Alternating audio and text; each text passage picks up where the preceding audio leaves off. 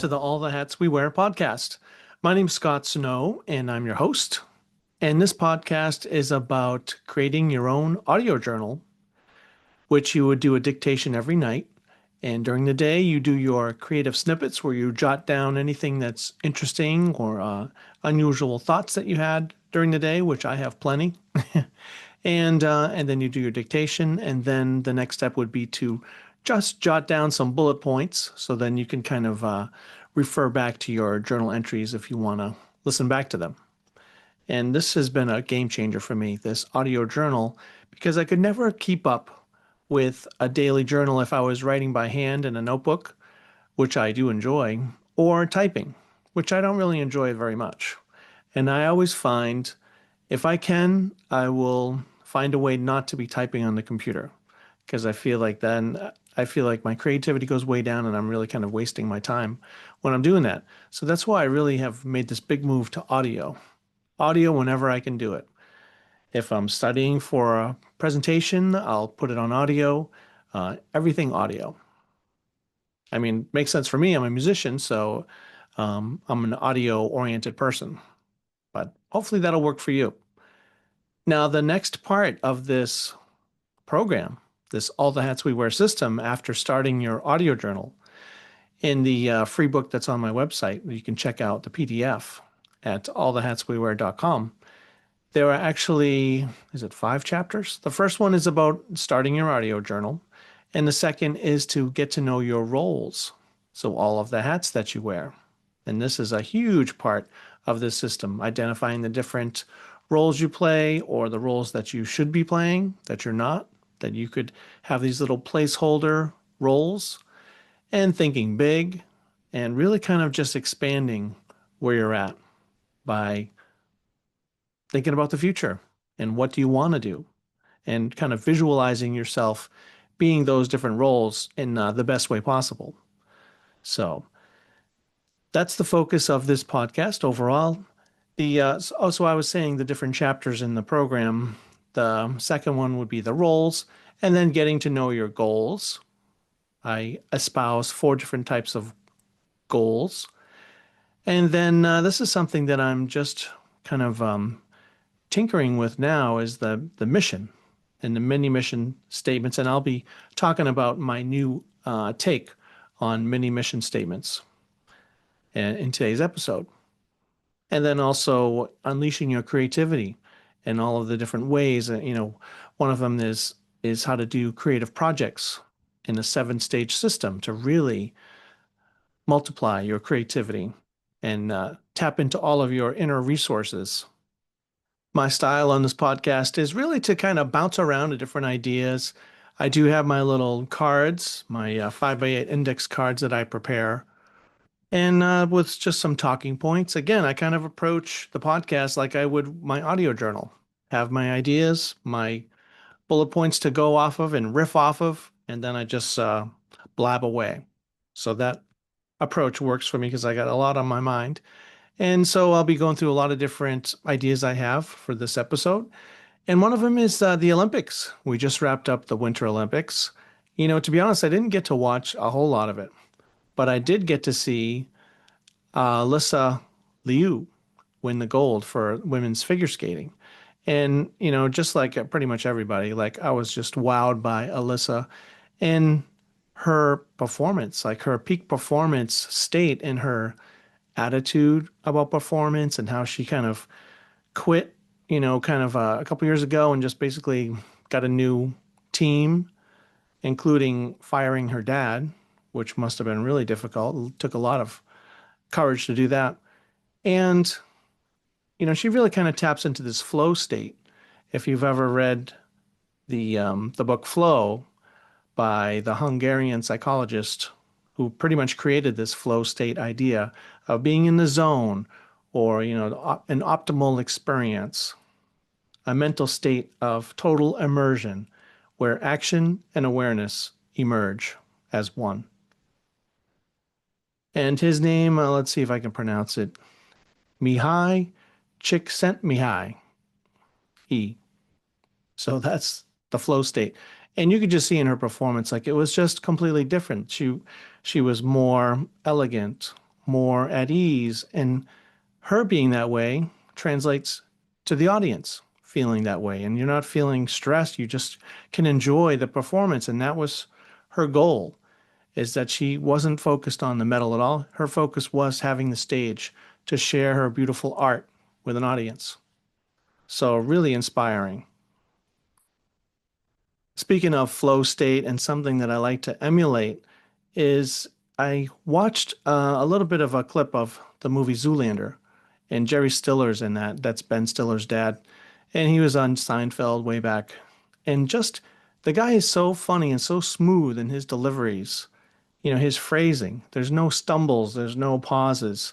He just has that momentum that goes right through his lines. And, like Alyssa Liu, just being able to have long lines of phrasing and kind of just a broad, bold, forward movement performance, and that I can really learn a lot from. Today is Sunday when I'm recording this episode, and I cooked Julia Child's famous coq au vin, which is basically a beef burgundy, but with chicken. So it's red wine and chicken and vegetables. And I had so much fun doing this. Like if you heard a couple episodes ago, I was doing a different soup every weekend just for fun. That's one of my roles. One of the hats that I wear is a chef and mixologist. So I enjoy that. I look forward to it. Halfway through the week, I start thinking about Saturday or Sunday where I'm going to do some cooking. I think about what music I'm going to play, if I have a little, special beer or something I'm going to drink while I'm doing it. Pick up the ingredients. I look at a lot of different cookbooks and compare and contrast and watch probably 5 or 6 different YouTube videos. I watched the Barefoot Contessa chef do this recipe, and of course, Julia Child. And I really enjoyed it, and it came out fantastic. I was listening to Tom Petty while I was cooking. I had a Corona with lime. And just like every stage in this was just a great experience. And I think the point is that it really doesn't take much to be able to enjoy, string together a couple days where you really have something that you're enjoying. And it's leading up to that simple day of making your meal.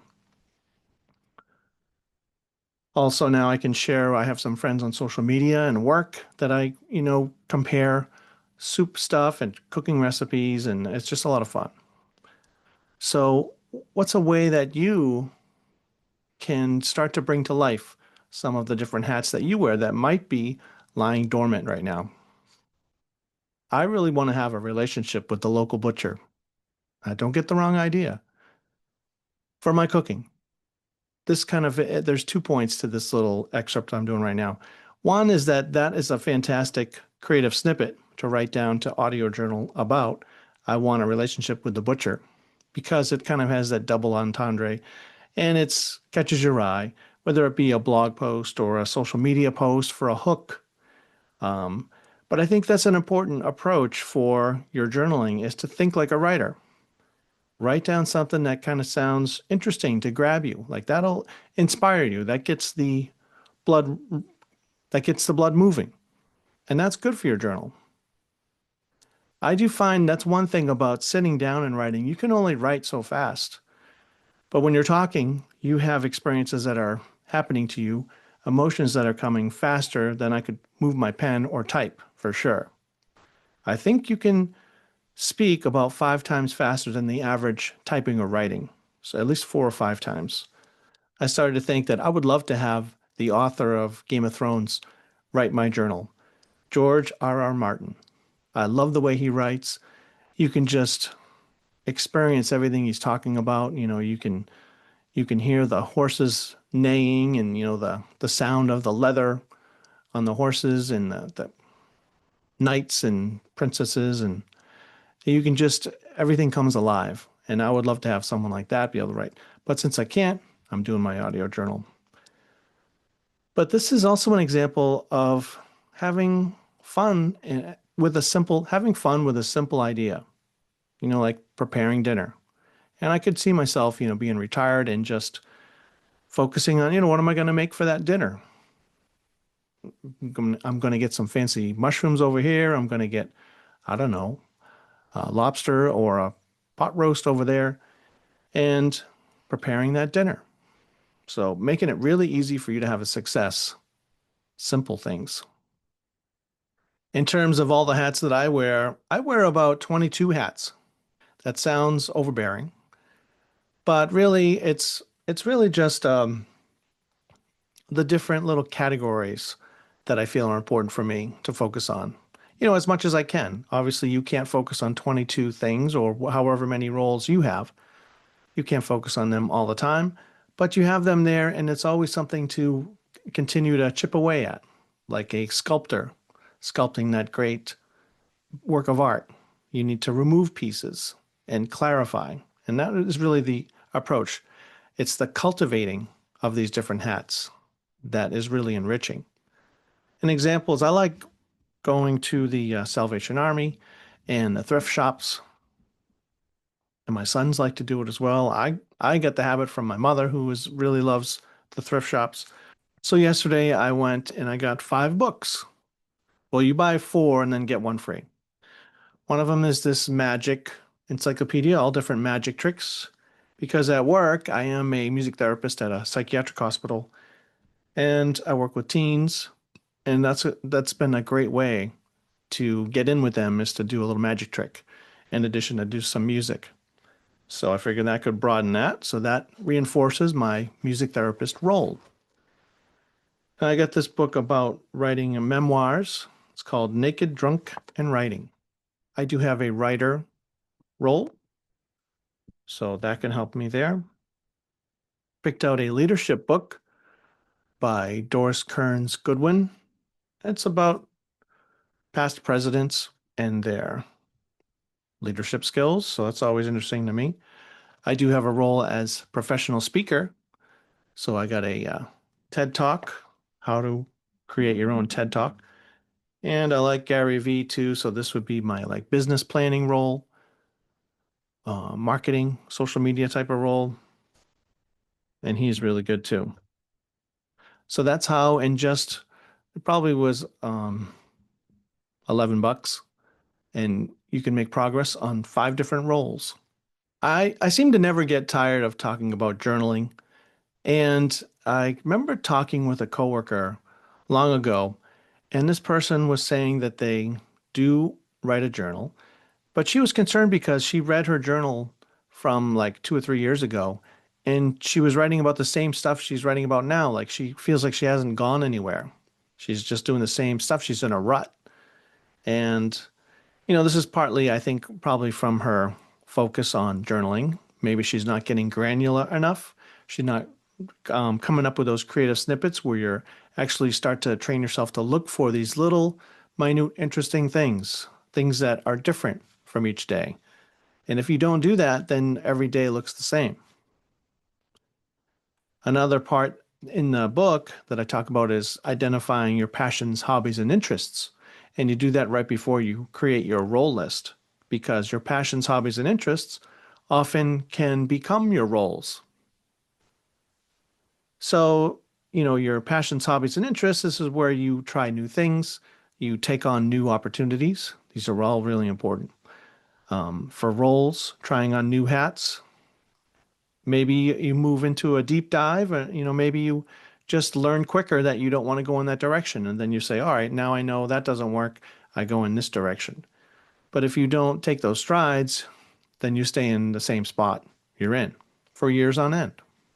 So you want to take those different opportunities, especially for college students that are, or high school students going into college, considering college, or into, moving into a career, that you've got to be able to say, oh, I'm a computer coder. Like that's what I'm in. Like, and then just take a lot of massive action to take a course. There's MIT courses that you can take for free online, and do that with the 100%. Hang your shingle, get your business card that says that's what I am, like my business card here for all the hats we wear. And then you'll find a lot quicker. Maybe that doesn't work out. Maybe now you get more clarity of where you want to go. Really important.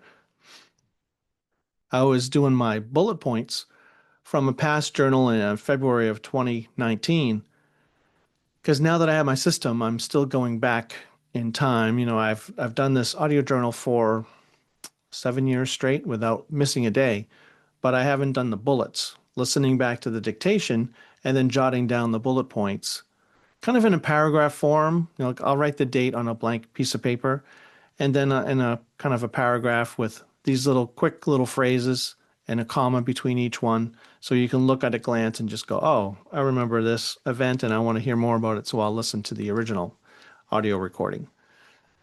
So one thing that came up was my love or interest for different types of soap. And I like the oatmeal soap. I like the glycerin soap. I like the soap that's gritty, like all kinds of weird soaps. So I started to ask myself, well, why do I have a big case of shitty Irish Spring soap right now? Not fun, not interesting, leaves a film on you when you get out, but it's cheap. So that kind of got my gears going. Like, why have I gotten into this spot of forgotten passions? So now I'm going to get some fancy soap. Maybe a root beer soap. Maybe I'll get something wild from Goop, my buddy Gwyneth Paltrow. Love Gwyneth Paltrow because she's in one of my favorite movies of all time, Seven. One of the big trends, of course, now is AI. And, my take so far is that I really love it. I have a lot of examples of, I have a whole 3-ring binder I'm looking at right now. It's a huge binder of printouts that I did about my business, developing the business, a lot of stuff for work. I might just say, tell me 25 blues artists that I should study so I can do some blues stuff with my patients. Or what are the best, one of the things I'm doing now is for lyric discussion. And it was like the top 40 artists from the last 10 years that also had examples of trauma or substance abuse, addiction, and how they recovered. And so people will choose from a big whiteboard of pictures, and then we'll go into reading through their story. So learning about recovery by hearing about someone else's journey. And like an example that people are talking about, like book summaries. For me, that is really no interest. Even there's been companies where you have a membership and you get a summary of every book that comes out. To me, that's no interest in that because I never know what I'm going to get from a book. I might get a book and I might be focused on the borders of that book or the font because I'm writing a book of my own. Or it might be anything, like it could be certain words that come up or how they present material. It could be about dialogue and where do you put the quotation marks and the commas, and can you keep someone talking while you are describing something? So having that cliff notes would not help me at all. Another great benefit to having an audio journal is that you'll start to see themes arise or trends. You'll have a through line for a year, or, it kind of like comes in seasons. For example, my current job, I've been there over 2 years now. And, I see as the first year is kind of like I'm learning the job, like learning what to do. The second year, now I'm kind of making it my own a little bit more. I'm taking ownership of what I've been given to have responsibility for. And then now as I'm going on, I can see that I'm helping others a little bit more, sharing my materials with others. So you see kind of a theme going, and that's really rewarding when you start to be able to see that and take a minute and look back and see that theme come about. One of my new roles is minimalist. I'm trying to get by with less. I'm trying to eat less, eat healthier, have more simple habits that are more rewarding. And for some reason, the movie Clockwork Orange came up for me. That is a favorite movie of mine. I love the language and just the music and the acting, everything about it. And there's a part where Alex, he's the main character, the main droog, or the leader of the gang. They're very bad. They're very violent. So he had a night of like robbing people and stuff, and he goes home and he's relaxing at home and he opens up a drawer and it's just filled with watches and cash and stuff that obviously he's stolen from people. And he just throws another kind of wad of cash on there and some more watches. It just sort of reminded me of like he had more than enough in that drawer and he was adding to it. So you have a surplus on top of a surplus. And I wonder if that's the opposite of minimalism, really. Like minimalism is being able to be happy with less. But in a way, to have that happiness with less, you have to be happy and feel like you have enough already.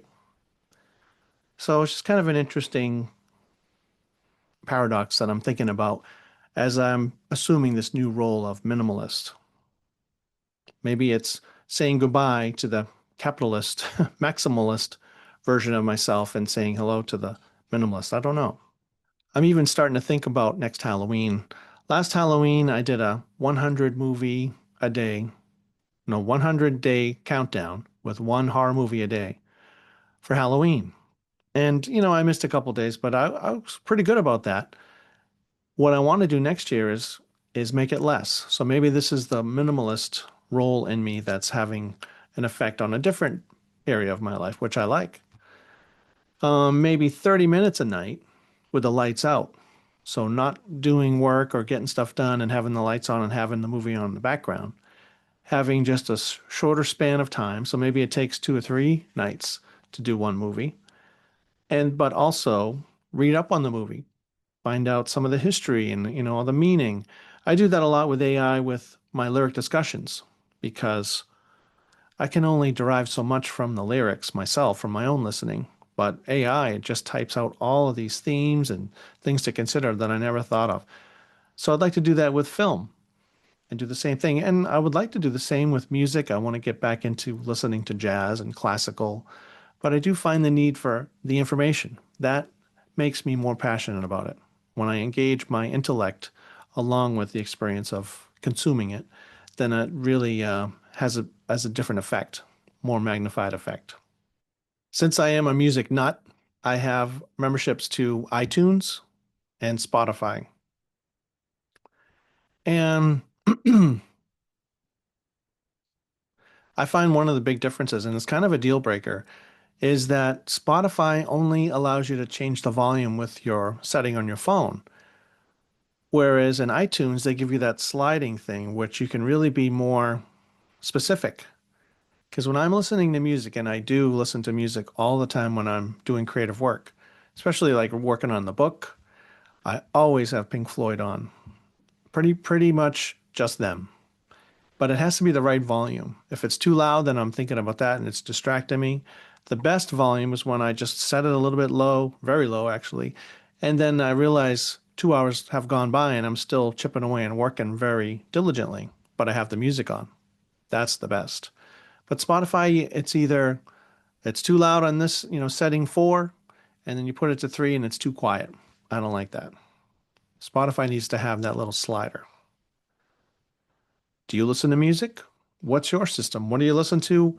And what gets you in a creative mindset? What gets you in a flow state where you can just get a lot done? Let me know. Speaking of trends, I've noticed one trend that I tend to write a lot more creative snippets for my journal during the week because I have work, and work is pretty interesting. As you can imagine, at a psychiatric hospital, there's always something going on, and I do a lot of groups and sessions. So my mind is going a lot of different ways. And I realize that I always have a lot of stuff to focus on there, but sometimes the weekend, I don't have much at all, which obviously you want things to slow down. But I think it's just a matter of consciously switching into gear that more granular observation where you can start to pick up on smaller things.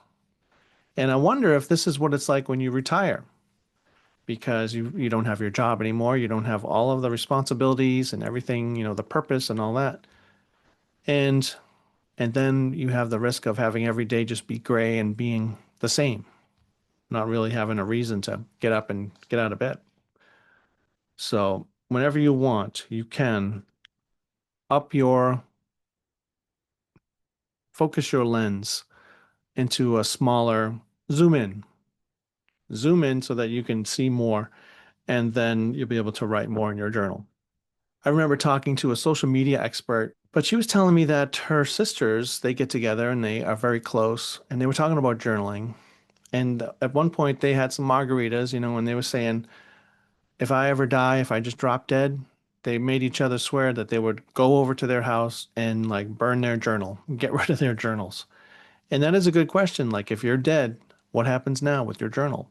And like with you, if you have an audio journal, what happens? And that is a good subject because, on one hand, everybody should be able to say what's on your mind, share your most inner thoughts, share your inner thoughts and explore them, your inner world, very important. Have that self reflection. But also, do you want that to be shared? So it's a question you have to ask, and that's something that I'm thinking a lot more of as I'm creating an app or a software to be able to do audio journaling and have it be a audio journal club, a membership, and a community. You have that warts and all approach. Do you want to know the whole person or just cherry pick some good things? It's like when I read in the paper of someone who passed away, their obituary, and it's always, this person was the gentleman and was incredible and all these super positive, which is great, but I'm sure there's some dirt in there as well if you were to dig in. But that's what makes us human. Another avenue that I'm pursuing for this audio journal idea is the fact that, you could kind of create your own guided meditation with your audio journal dictation. For the last couple of weeks, it's been so snowy and so cold for a long time. This has been the bear of a winter. And at one point, I was like, oh, I'm feeling so miserable. I wish I was at Old Orchard Beach, or like just imagining that, having some pure French fries and you're with the family and you can hear the arcades and the kids are having fun and you're doing skee ball and the basketball shooting thing and the bumper cars, and you're on the Ferris wheel and you can oversee the whole ocean on one side and the park on the other. And, you've got some fresh lobsters and some Line and Google lemon shandy drinks. So to be able to refer back to those audio journal excerpts and almost as a guided meditation. And if we had a app where people could upload their own audio excerpts like that, then you could also enjoy the benefit of listening to that and experiencing that. And hopefully the other person would have enough sensory details and be a good enough storyteller to be able to communicate to you what that experience was like.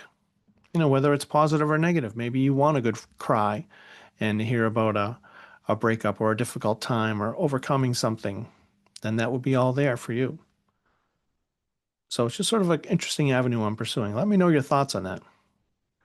As always, I'm tinkering away with my system, and I am not above tossing out material and changing things up if it's the better idea.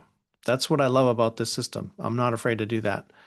And I've said in the last episode that I think what separates a decent idea with an outrageously good idea is that the outrageously good idea always has something that you can change. It keeps evolving. It keeps informing you what it wants to grow in the next evolution.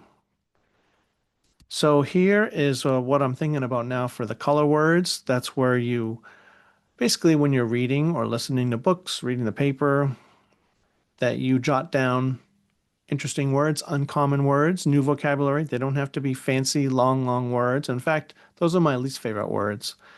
Like a 15-letter word that, is very difficult. That is no use to me. I like a color word where, smarmy or hoity-toity or any number of things. This is my new approach to that. When I'm reading the paper, I have just a regular five subject notebook like you would use for school. And I just use a black pen and just scribble them down.